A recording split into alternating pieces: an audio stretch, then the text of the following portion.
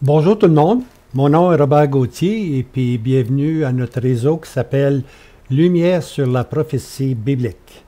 Alors, le thème qu'on va avoir, c'est le millénium.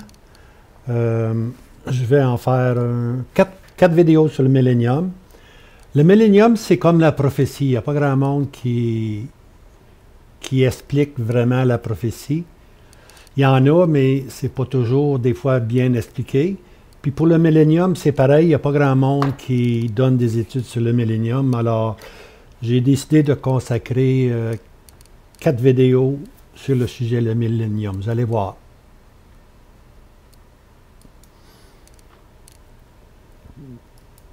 OK, ça c'est notre sujet ici.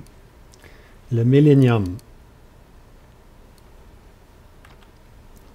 Alors, comme je disais, il va y avoir quatre de ces vidéos. Le premier vidéo va être la nouvelle naissance et le millénium. C'est très important, la nouvelle naissance et le millénium. Le deuxième vidéo, ça va être pourquoi le millénium? Pourquoi qu'il faut un millénium? Pourquoi qu'on ne va pas directement dans l'éternité? On va voir ça. Et puis, troisièmement, on va voir maintenant les changements durant le millénium. Cette section-là va être très, très importante. Des changements climatiques, des changements atmosphériques, des changements géographiques. Vous allez voir, c'est très bien illustré avec beaucoup de diapositives pour voir le contraste entre maintenant et le millénium. Qu'est-ce qui va arriver dans le millénium? Dans le millénium, il est dit que Jérusalem va être haut élevé. Imaginez-vous. Il va y avoir un plateau qui va monter, tout le reste autour va s'affaisser, pour ainsi dire. Puis quand on va regarder, on va voir Jérusalem sur le plateau. Alors ça, c'est des changements qu'on va voir. C'est tout dans la Bible, c'est pas imaginé. C'est peut-être pas imaginable, mais c'est pas imaginé. OK. Puis le quatrième vidéo, ça va être une vidéo que j'ai pas encore fait, là, mais que ça fait longtemps que j'y pense, là. Les récompenses, ou les couronnes dans le millénium. Vous savez, les récompenses, c'est pas pour le ciel. Au ciel, on est tous égaux. Les récompenses, c'est pour le règne sur la terre, le règne de 1000 ans. Un sera sur 5 villes, l'autre sur 10 villes. Alors, on n'est pas là, je ne l'ai pas encore fait, mais ça va venir. OK. Alors, on commence. La Ligue du vieux poil. Vous vous demandez c'est quoi ça, mais faites-vous-en pas, je vais vous l'expliquer. C'est 3 présentations que j'ai fait il y a quelques mois à Gatineau, au Québec. OK? Vous allez voir pourquoi j'appelle ça la Ligue du vieux poil. On a pris avec les amis là-bas la nouvelle naissance. On a pris pourquoi le millénium, pourquoi qui doit durer 1000 ans. Et puis finalement, on a pris les changements durant le millénium. Et puis la quatrième que je n'ai pas encore donnée, c'est les récompenses durant le millénium. On va ajouter ça plus tard. OK. On va essayer de savoir c'est quoi l'origine de la Ligue du vieux poil. Faut pas oublier, moi j'ai donné ça à des gens là, qui s'appellent comme ça. Ils s'appellent la Ligue du vieux poil. OK. Alors, les plus aînés d'entre nous se souviendront qu'après les Jeux de hockey qui étaient télévisés, un groupe d'experts analysait les événements clés de la joute. Hein? Et puis, c'était à l'époque de la vraie concurrence, seulement 6 équipes de hockey. Les gens ne connaissent pas ça, mais moi, ma génération, on a connu ça. On connaissait tous les joueurs. Maintenant, on en connaît très peu, très peu. C'était l'époque des poêles à bois. Okay? Dans ce temps-là, les gens, il n'y avait pas des systèmes de chauffage comme aujourd'hui. Beaucoup se chauffaient au bois. C'était présenté à Radio-Canada sous le nom de la soirée du hockey. Hein? Alors, ceux qui se rappellent, là, vous êtes de mon âge, probablement. Et puis, il y avait le bon vieux poêle pour nous garder au chaud. C'était la bonne période. Alors, voici ce qui se passe. Tous les jeudis, depuis quelques années, quelques chrétiens se réunissent à Châteauguay tous les jeudis soirs. Ils se sont donné le nom, la Ligue du vieux poil. C'est ça leur nom, la Ligue du vieux poil. Alors, habituellement, ça commence par un souper, puis après le souper, c'est une étude biblique qui suit, tout simplement, dans le foyer. Alors, ce sont 4 personnes. La moyenne d'âge est 84 ans. C'est assez spécial, hein? Alors, c'est pour ça qu'on a voulu faire ça pour eux. On leur a dit, ça, c'est pour l'âge, hein, pour la Ligue du Vieux Poil. Hein? La Ligue du Vieux Poil. La moyenne d'âge de cette ligue-là, c'est 84 ans pour 4 personnes. OK. Par contre, le cœur attaché au Seigneur Jésus n'est jamais trop vieux pour comprendre. Hein? Vous êtes d'accord avec ça, hein? Si on aime le Seigneur, il n'y a pas d'âge pour apprendre et pour comprendre. Assis au pied des Saintes Écritures, le cœur se réchauffe, comme un bon vieux poêle qui maintient sa chaleur. Alors, je dédie cette présentation à cette ligue que j'ai appris à aimer et chérir. Merci les amis. Alors, on commence. Le millénium. C'est un ami là-bas, un des 4, André, qui est un ami de longue date, qui m'a dit, il y a quelques mois passés, il m'a dit, Robert, ça serait peut-être bon que tu présentes quelques enseignements sur le règne de Christ de 1000 ans, communément connu sous le nom millénium. J'ai dit, tu as raison, l'idée est très bonne, puis on connaît peu sur le millénium. Alors, c'est une expression de millénium qui veut dire 1000 ans, c'est une expression d'Apocalypse 20, verset 4. Et ils vécurent et régnèrent avec Christ 1000 ans. C'est pour ça qu'on appelle ça le millénium. OK. Maintenant, le millénium et la nouvelle naissance. Les deux, il faut mettre les deux ensemble. La nouvelle naissance est tellement important. Ça, c'est la nouvelle naissance, on dit habituellement, c'est le chapitre 3 de l'Évangile selon Jean. Si vous voulez le lire tranquillement, là, vous allez voir que le Seigneur parle de la nouvelle naissance en relation entre rentrer dans le royaume de Dieu, hein, pour voir et pour entrer. Alors, ce que le Seigneur Jésus dit, c'est qu'il faut recevoir une nature divine, une nouvelle origine de vie, hein, c'est-à-dire être né d'en haut. Okay? La nouvelle naissance, c'est être né d'en haut. La source est là-bas. La source est en haut, elle est divine. C'est ça la nouvelle naissance. La nouvelle naissance, c'est pas juste une expérience qu'on a eue, puis un flash ou whatever. C'est pas ça la nouvelle naissance. La nouvelle naissance, c'est recevoir la vie qui vient d'en haut. On va le voir. Alors, le Seigneur Jésus a dit, dans ce chapitre-là, si quelqu'un n'est né de nouveau, il ne peut voir le royaume de Dieu. Ici, c'est une question de voir le royaume de Dieu. Puis je vais essayer d'aller chercher. OK. Si quelqu'un n'est né d'eau et de l'esprit, il ne peut entrer dans le royaume de Dieu. Alors, il ne peut voir le royaume de Dieu. Puis s'il n'est pas né de nouveau d'eau et de l'esprit, il ne peut entrer dans le royaume de Dieu. Alors, c'est impossible d'aller dans le millénium ou d'entrer dans le millénium qui est vraiment le royaume de Dieu sur la terre, alors que le Seigneur va régner comme roi sur la terre. On ne peut pas avoir accès au royaume de Dieu, au millénium, si on n'est pas né d'eau et de l'esprit. Sans la nouvelle naissance, impossible de voir et impossible d'entrer dans le royaume de Dieu.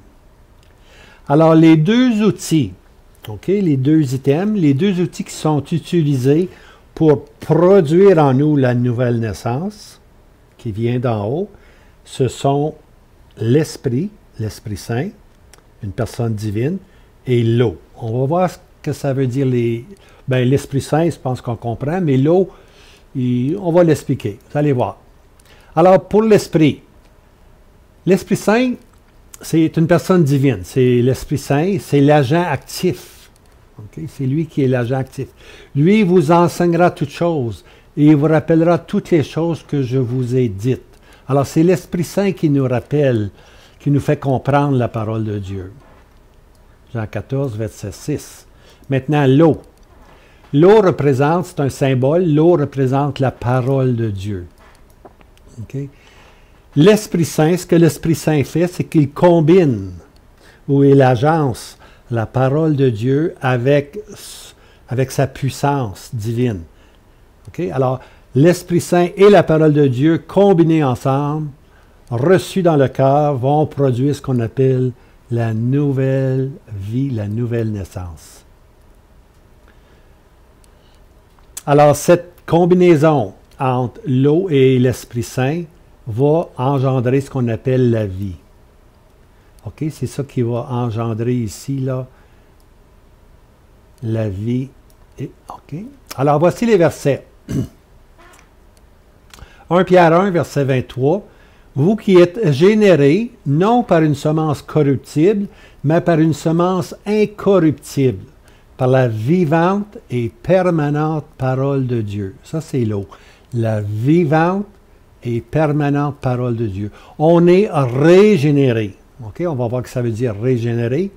Non pas par une semence corruptible, mais par une semence incorruptible. C'est la parole de Dieu qui est la semence incorruptible. Par la vivante et permanente parole. Alors, c'est vraiment la parole de Dieu qui est mise ici en devanture, pour ainsi dire. Alors, un autre verset dans Jacques 1, verset 18. De sa propre volonté, il, c'est-à-dire Dieu, il nous a engendrés par la parole de la vérité. Alors, il nous a engendrés par la parole de vérité. Ici, on voit encore que la parole de vérité, c'est l'eau. Okay? Alors, les deux thèmes sont, vous êtes régénérés, puis vous êtes engendrés par la parole de la vérité. Être régénéré et être engendré signifie recevoir une nouvelle vie. Okay? Monsieur Darby a une petite note ici qui dit « entièrement à nouveau ». On reçoit une vie entièrement à nouveau. Comme une nouvelle source et origine de vie. On se rappelle que notre source humaine, c'est à cause de nos parents. On reçoit la vie naturelle de nos parents. Ça, c'est une naissance. Mais le Seigneur parle d'être né d'une nouvelle source, d'une nouvelle origine de vie, hein, qui vient naturellement du ciel. Littéralement, là, ça veut dire d'en haut. Entièrement à nouveau veut dire d'en haut. Une nouvelle vie qui vient d'en haut. Ça, c'est une note à ceux qui ont la traduction Darby, c'est une note de la traduction Darby. OK, la nouvelle naissance. Malheur à celui qui dit à son père, qu'as-tu engendré, et à sa mère, qu'as-tu enfanté? Isaïe 45, 11. On voit les deux termes, engendré puis enfanté, ici. Dans Jacques 1, on a lu, de sa propre volonté, il nous a engendrés par la parole de la vérité. Alors, engendré, c'est la même signification que enfanté. Qu'as-tu engendré, qu'as-tu enfanté? Alors, nous, on était enfantés par la parole de Dieu et par l'Esprit Saint qui a agi dans nos vies. Maintenant, tous les saints connaissent la nouvelle naissance. Les saints de l'Ancien Testament, les Abraham, les Jacob, et même la prostituée sur le mur de Jéricho, ces personnes-là de l'Ancien Testament, n'importe qui dans l'Ancien Testament qui a agi par la foi, est devenu un saint. Puis ils ont connu la nouvelle naissance. N'oubliez pas, si on n'a pas la nouvelle naissance, on ne peut voir, on ne peut entrer. Nouveau Testament. Dans le Nouveau Testament, maintenant, c'est l'Assemblée, c'est l'Église, hein, l'Assemblée du Dieu vivant. Alors, eux sont appelés aussi des saints. Autant Abraham est un saint, Jacob puis la prostituée est une sainte, dans le Nouveau Testament, ceux qui ont cru au Seigneur Jésus sont aussi appelés des saints. Après l'Église, c'est-à-dire dans la période de la grande tribulation, il va y avoir un résidu juif pieux qui va se tourner vers le Seigneur Jésus. Eux sont appelés les saints. Daniel nous parle des saints des lieux hauts ou des lieux très hauts, parce qu'ils sont associés avec le ciel. Les nations, ceux qui vont avoir aidé les Juifs avec l'évangile du royaume, soit on leur donnait une tasse de café ou une tarte aux pommes ou un morceau de tarte aux pommes, puis on leur dit venez vous réchauffer. Ces nations-là qui ont aidé, le résidu qui sort maintenant avec l'évangile du royaume, le roi revient, ça c'est l'évangile du royaume, le roi revient bientôt, préparez-vous. Alors, ces nations-là qui vont avoir aidé vont être nés eux aussi de nouveau. Maintenant, la question, c'est de savoir comment est-ce qu'on est né de nouveau, ou comment ces saints-là ont-ils été nés de nouveau. Le principe, c'est toujours le même. C'est la foi. OK? Alors, le verset clé, c'est Jean 3, verset 33. Souvenez-vous de ça, 3.33. Faites ça comme un mot de passe sur le computer. 3.33. Mais c'est un verset important. 3.33. Celui qui a reçu son témoignage a scellé que Dieu est vrai. Alors, la question, c'est de recevoir le témoignage de Dieu, puis mettre notre sceau pour dire, oui, ça c'est vrai, moi j'y crois. C'est ça la foi. La foi reçoit le témoignage de Dieu. Maintenant, différentes époques, différents témoignages. Laissez-moi entrer un peu là-dessus, là. OK, la foi au témoignage rendu de Dieu. L'Ancien Testament, c'est une époque. On lit qu'Abraham crut Dieu, et cela lui fut compté à justice. Romains 4, verset 3.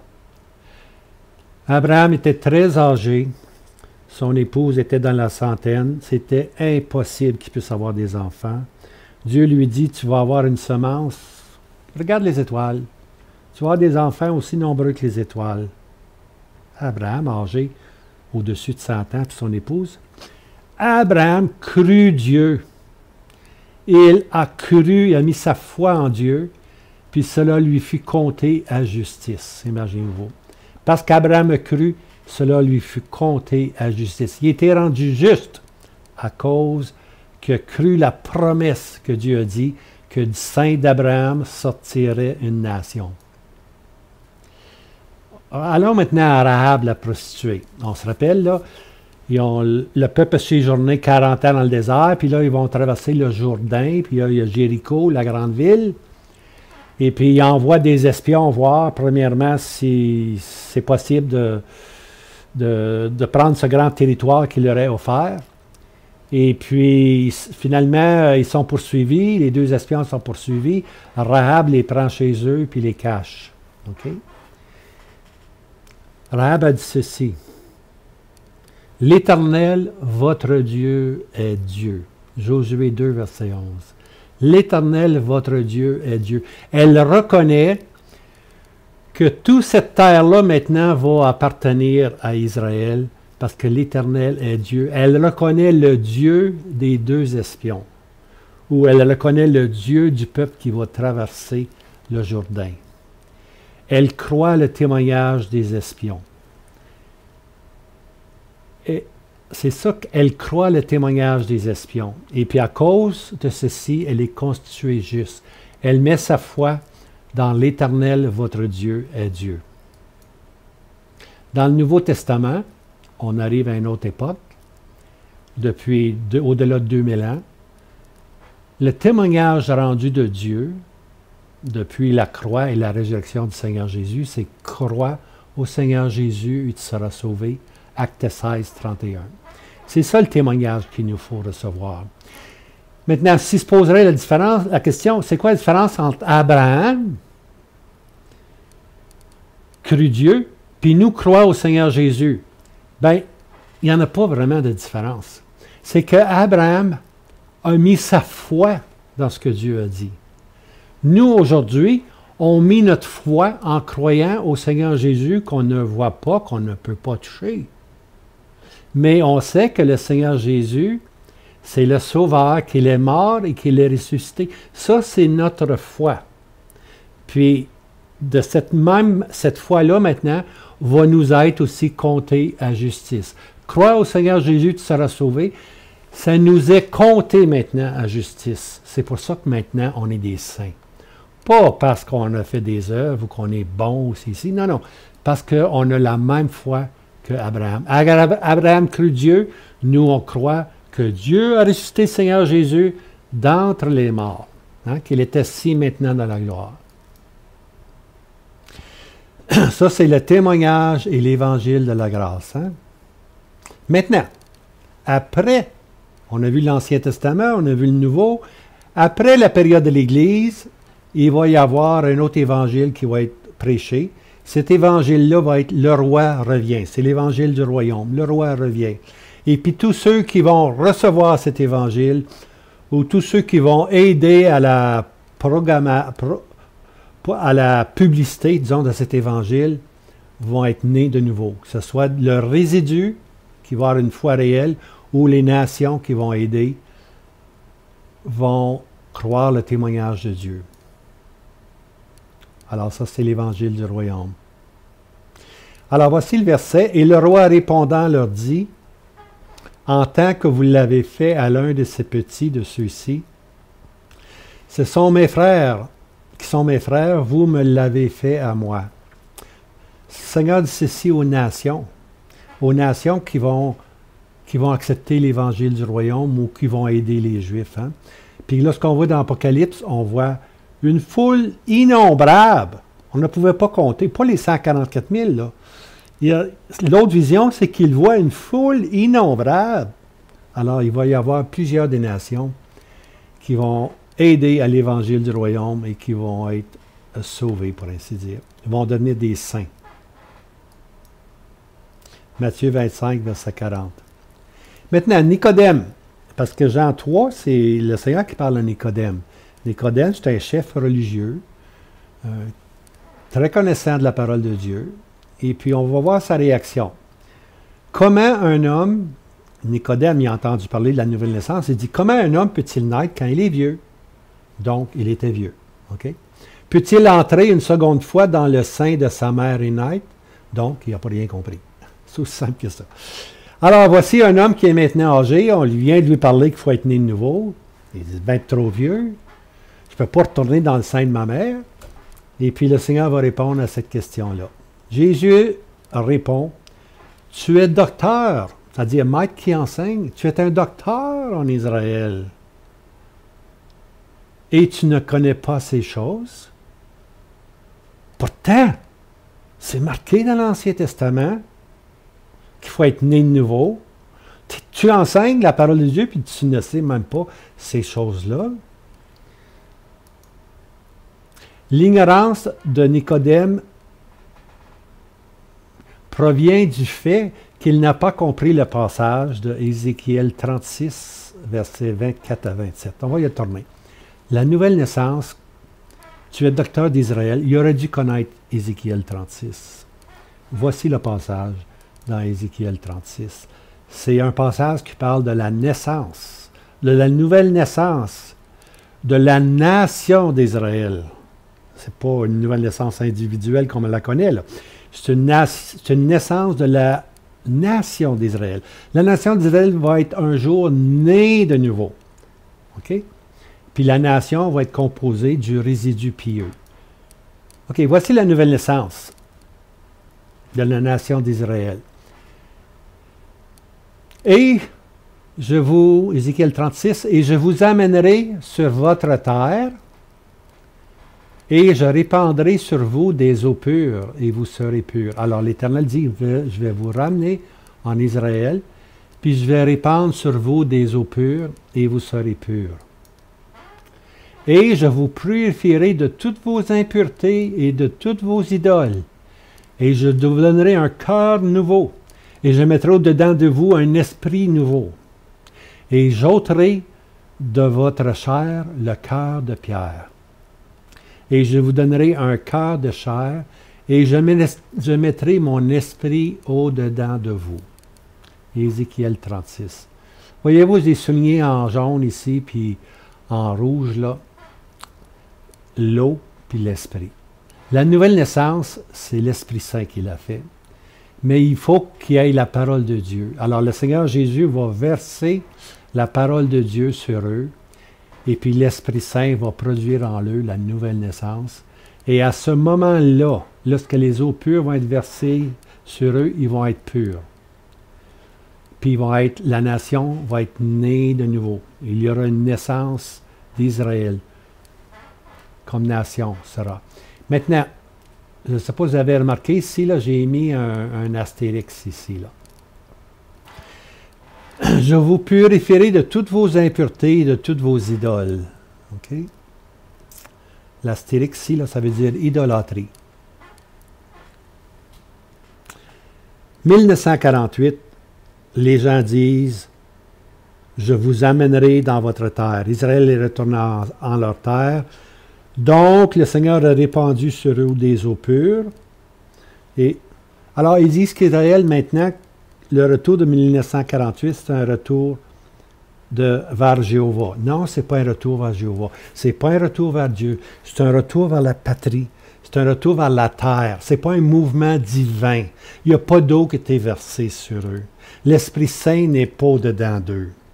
Il va y avoir, par contre, un retour qui va s'effectuer, surtout dans quand on appelle la 70e semaine, lorsque la protection va être accordée à Israël pour rebâtir le temple durant cette période-là, il va y avoir une grosse masse. Il va y avoir à ce moment-là beaucoup de gens qui vont revenir, tu vois. Et puis, mais ceci, c'est simplement pour plus tard. Il faut, pour qu'Israël soit né de nouveau comme nation, il faut qu'il soit délivré des idoles. Je vous purifierai de toutes vos impuretés, de toutes vos idoles. Est-ce que Israël est idolâtre aujourd'hui? Ont-ils des faux dieux? Ont-ils des statues? Non, Israël n'est pas idolâtre. Israël a cessé d'être... Israël était très idolâtre. Plus que toutes les nations. Alors Dieu a dit à un moment donné, c'est assez, fini. Je vais vous envoyer, je vais détruire le temple, je vais détruire la ville, et puis je vais vous transporter dans un pays qui est reconnu pour l'idolâtrie. Il n'y avait pas de plus grand pays idolâtre. Il n'y avait pas d'empire plus idolâtre que l'empire de Babylone. Les Babyloniens, Babyloniens avaient des idoles partout, il y en avait des centaines, ça ne finissait plus. Alors, ils ont été là 70 ans dans cette idolâtrie. Ils ont été écœurés, pour ainsi dire. Ceux qui sont revenus à Israël étaient écœurés de l'idolâtrie. Ils sont revenus avec Esdras et Néhémie. Ils ont bâti de nouveau Jérusalem. Ils ont bâti de nouveau le temple. Mais jamais, jamais Israël n'est retourné à l'idolâtrie. Même aujourd'hui, en l'an 2020, ils ne sont pas encore idolâtres.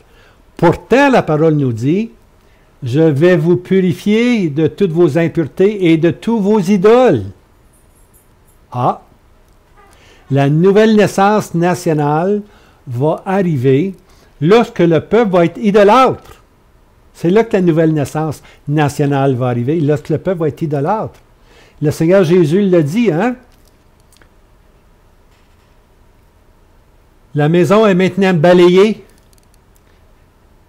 Il n'y a plus d'idolâtrie depuis le retour de Babylone. La maison a été balayée, mais le Seigneur Jésus a dit que 7 esprits vont revenir. 7, 5, 6, 7 esprits vont revenir. C'est-à-dire la plénitude de l'idolâtrie va revenir. Et puis, Israël va devenir idolâtre.